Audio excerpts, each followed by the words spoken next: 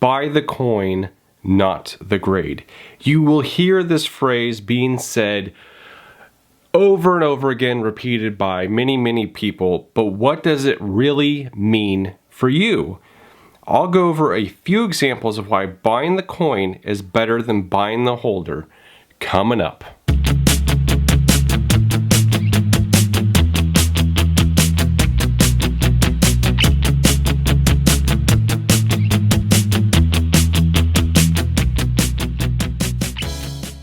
Hey everyone, welcome to Campbell's Coins. Buy the coin, not the grade. What does this mean? Essentially, it means do not buy a coin based on the graded holder it's placed in. It means to examine the coin and determine if the grade matches the coin. But Campbell's, shouldn't the grade holder reflect the coin? It should, but it doesn't always work out that way. Grading is highly subjective, especially at grading agencies, even when it shouldn't be, and grading doesn't always cover things like toning. But we don't live in should land, and coins are misgraded all the time. Let's look at a few examples of what I mean. And I'm going to use my camera phone simply because it gets better close-ups than the lens that I have on right now. So if you see me passing over this way, that's why. This Lincoln Memorial cent was pulled directly from an uncirculated mint set and sent to PCGS for grading. It returned as unk details, cleaned. So if you were judging the coin based on the holder, you would be prejudiced towards it because it is cleaned, according to what PCGS has listed on the label. There's one big problem though. This coin was never cleaned, never dipped, rubbed, nothing. It was taken out of the cellophane set, placed into a coin flip, and then shipped off to PCGS for grading all in the same day. If this penny was graded as clean when it wasn't, how many other coins could have been graded this way? Also, finding coins with this grade designation can help you find really nice key date coins for a decent price. I wish I still had it with me. I had a 1915S that I recently had graded by PCGS. It was graded clean, AU details. I think it was actually harshly cleaned, but it was a really nice looking coin. It had some unique toning to it. I think that came from the cleaning process of whoever had it. I mean, they really messed it up. There were scratches in it, but it's a key date coin. I think there was only 4.8 or 4.6 million minted, and I had, I think I sold it for $100. Whether or not that was a good deal or not, I felt it was considering what I bought it for. It just allows one to get really key date coins for on the cheaper end. I think if it was in mint state, you're looking at 1,000, maybe 3,000. But I just want to show you this in a little bit more detail. Just because this coin this penny looks different from what a normal penny would come by, they automatically label it as clean. And I spoke to a few people who said as much. If they can't determine the issue with the coin, they're just going to label it as clean, which I find really lazy. I mean, we are paying you per coin. The least you could do is not just, go to the go-to, oh, it's been cleaned. I mean, yeah, it does look a lot different than a penny. But, I mean, if you look around the words, they just look more highlighted. And if I were to look at this, I go, something seems off. But because I know how I handled that, I know it wasn't touched, wasn't cleaned. It was just placed in the flip and sent off. And I have plenty of other examples here. And shockingly, that are with Morgan dollars. So this coin right here, this is an 1881O. Graded mint state 63 proof like. Excellent cameo contrast. I believe the guy that I bought it from had sent it in twice, and initially it was given the grade of Mint State 61. Maybe Mint State 62, I don't recall exactly what, but it wasn't given a Mint State 63 grade, and it certainly wasn't given a PL designation. He had to send it back, and it finally got this designation. These mirrors are, I mean, the fields are so mirror-like, it is mind-boggling how it didn't come back with a PL to begin with. And I can just show you here really fast. I think the 63 is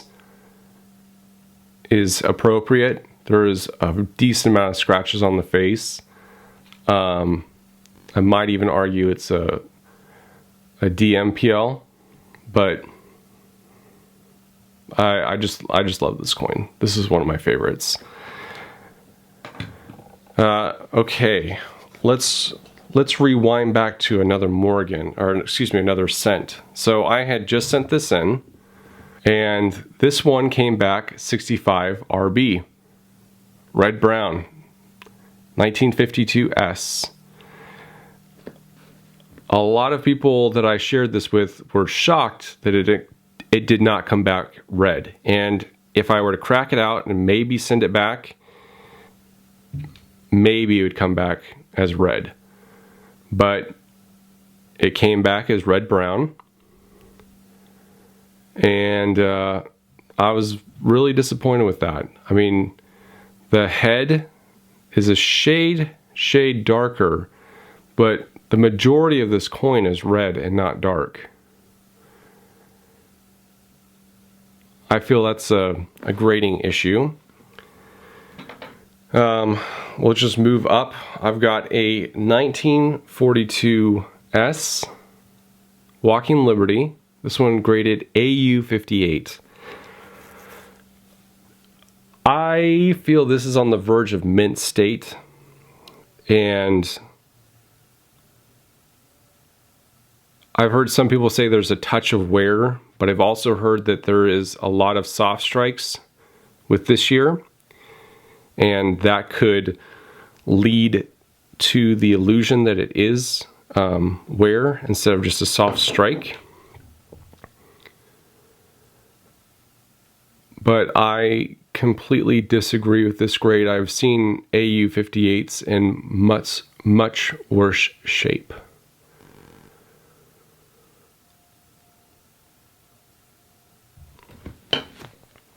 And I think the crux of my issue with the grading comes from having as many Morgans as I do, because I have Mint State 63s, 63 plus, 63 PLs, 64, 65, 65 pluses. And if you were to all put them, you know, if you were to line up all the 64s together and all the 63s together, you would kind of go like, wow, that one doesn't look like a 64. It doesn't look like the rest of these. And I can kind of show you that with, I'm going to start off with this one. This is one of my, another favorite. This is a 1885 Carson City in the original green holder Rattler. Mint State 64. I sent it off to CAC and they confirmed 64. But I feel like the fields are not quite PL. They are so close, but not quite. And I almost feel that this could have gotten a plus, or deserved a plus.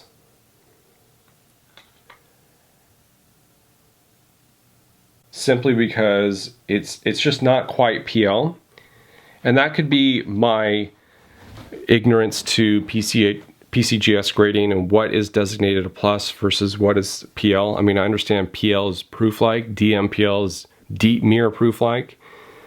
But, I mean, we could put these two PLs side by side. I'm going to take the 81 here.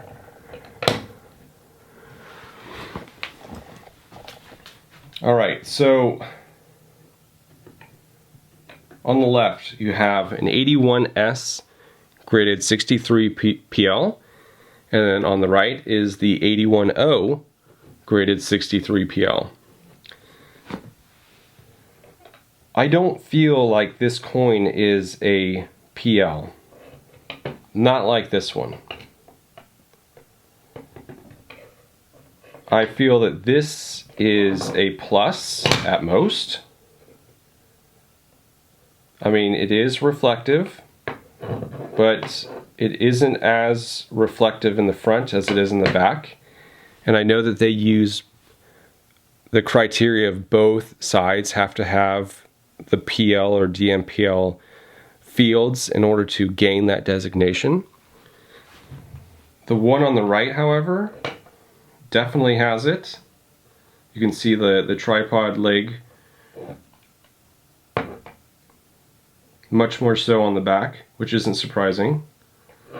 But these two coins have the same grade, but there is a clear difference in the fields and the reflectivity. I'm not arguing whatsoever about the wear or the scratches. I feel the 63 part is accurate. I'm just trying to show you that there's two coins that are very similar in grade, but look extremely different. And I'm actually not similar in grade. They are similar in grade, but they just look completely different. I'm going to put the 81S back in there. So on the right, now we have an 1880S graded mint state 63 plus. What gives a coin the plus designation? I didn't look this up before filming, and I actually do not know. I just thought it was just like a little bit more than the actual grade, but not as much as the next grade up. So somewhere in between. However, I think that this one almost gets a PL designation.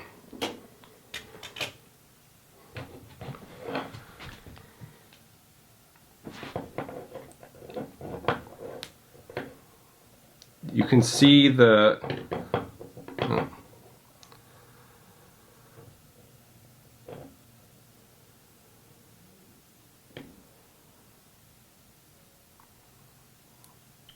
you can see the reflectivity of the tripod.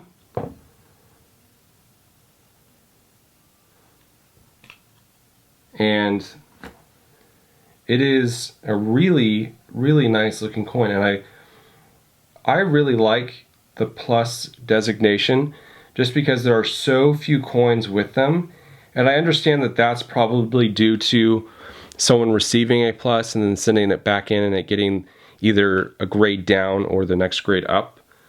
But I mean, this coin is at least 4 inches away, and you can see the tripod in it. In the front, well, maybe not as much as in the back, and maybe that's why I didn't receive the PL. But I feel that these two are more similar than the grade that it's on here. Moving on with more points of why you should buy the coin itself and not just the grade. This doesn't point to errors in PCGS or NGC. This just points to why you should really look at the coin. So here we have an 1883 mint state 63, and it has some really nice toning on the obverse. And it even, I think it has just enough wear on the face to give it that 63 designation, but it's a really nice coin.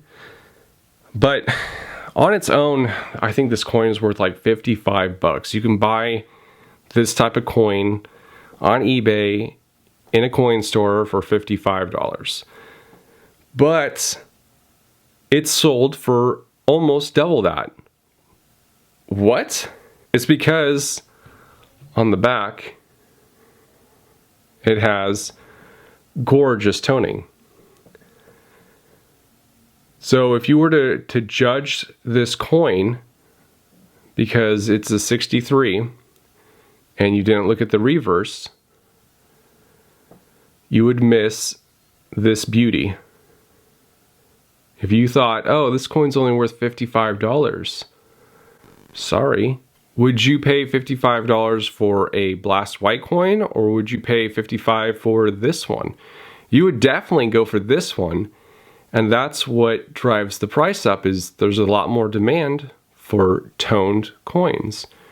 And so even though the grade rate will be the same as a blast white coin, the price is so much more because of the toning. And if you have a toned PL or DM PL, I mean, wow, those are some amazing coins. Same with this one. This is an 1883-0, graded mint state 64. I sent it off to CAC. I call this one my Thanos coin, my Thanos Morgan, because of the purple face and golden background. And it's not just on this side, it's on the reverse as well. So if I were to choose between a blast white 1883-0 mint state 64 and this coin, I'm gonna go for this one. They're the same grade, but this one has more eye appeal to me.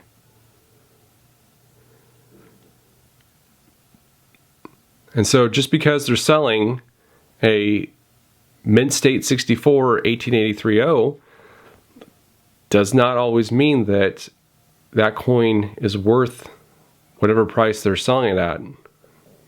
It might even be a low-end 64 where there's more scratches on it that's just a smidge above a 63, but not above a 64. I think an example of this, and I was actually shocked when I sent this off to CAC that this did not come back 65, because it is pretty dang clean. But a really good example of that is this 84-0 graded mint state 64. When I bought it from the coin shop that I got it from, the guy swore up and down this is a 65, and I agreed with him. I looked over this coin front and back. There's just enough wear on it that I thought, or scratches I should say, that I'm like, ugh, that's a 65. The face is really clean. I mean, there is a few tiny scratches in there, and the fields are very clean.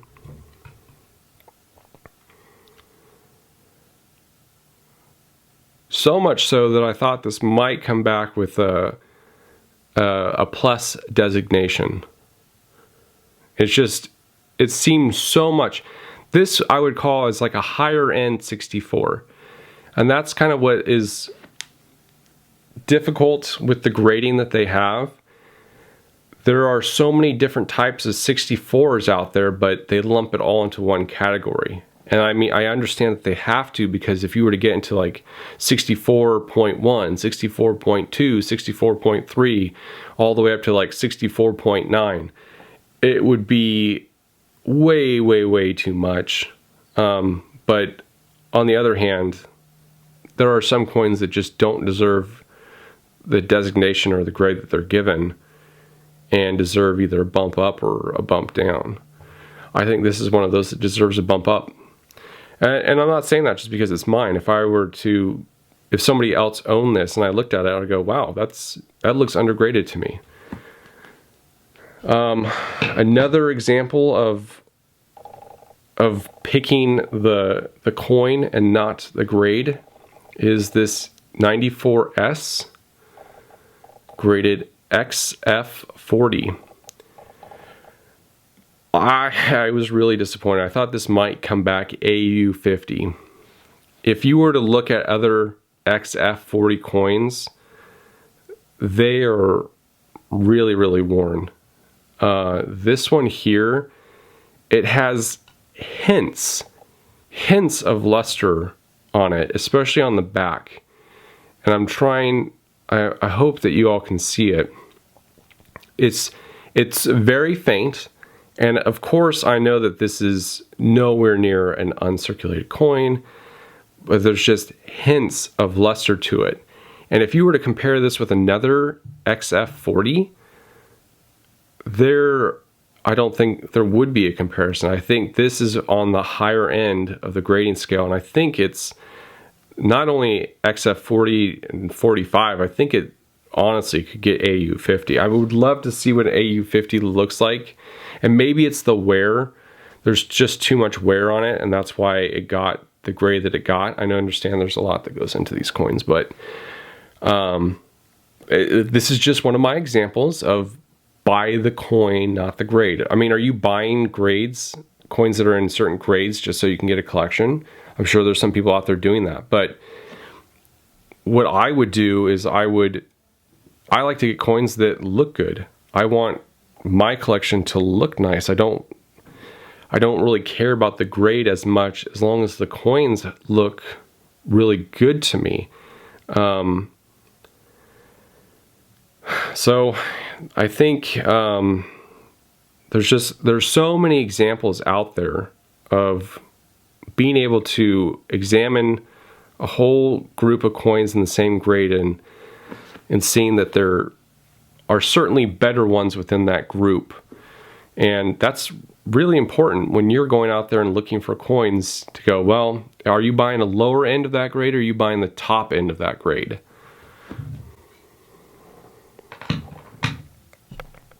My whole point to this diatribe, aside from educating people, is to urge PCGS and other grading agencies to transition to AI grading. PCGS has a notice on their website in fine print stating that grading is subjective and will vary from person to person. But why should some people's coin grades suffer because of this subjectiveness? Maybe a grader has fatigue. Maybe they're sick. Maybe they were out the night before and had a little too much to drink. Maybe they are just in a mood. I gotta get out of here. I think I'm gonna lose it. Uh-oh. Sounds like somebody's got a case of the Mondays. All these things affect their work and ultimately the grade that your coin receives. Shouldn't grading be dispassionate? I hope this video has helped you understand third-party grading issues and why you should really purchase a coin based on the coin itself and not the grade on the holder. That being said, I really do appreciate you all watching. It does mean the world to me when you're liking and commenting on my posts, so thank you so much for that. This is Campbell's Coins, and that is my 2 cents.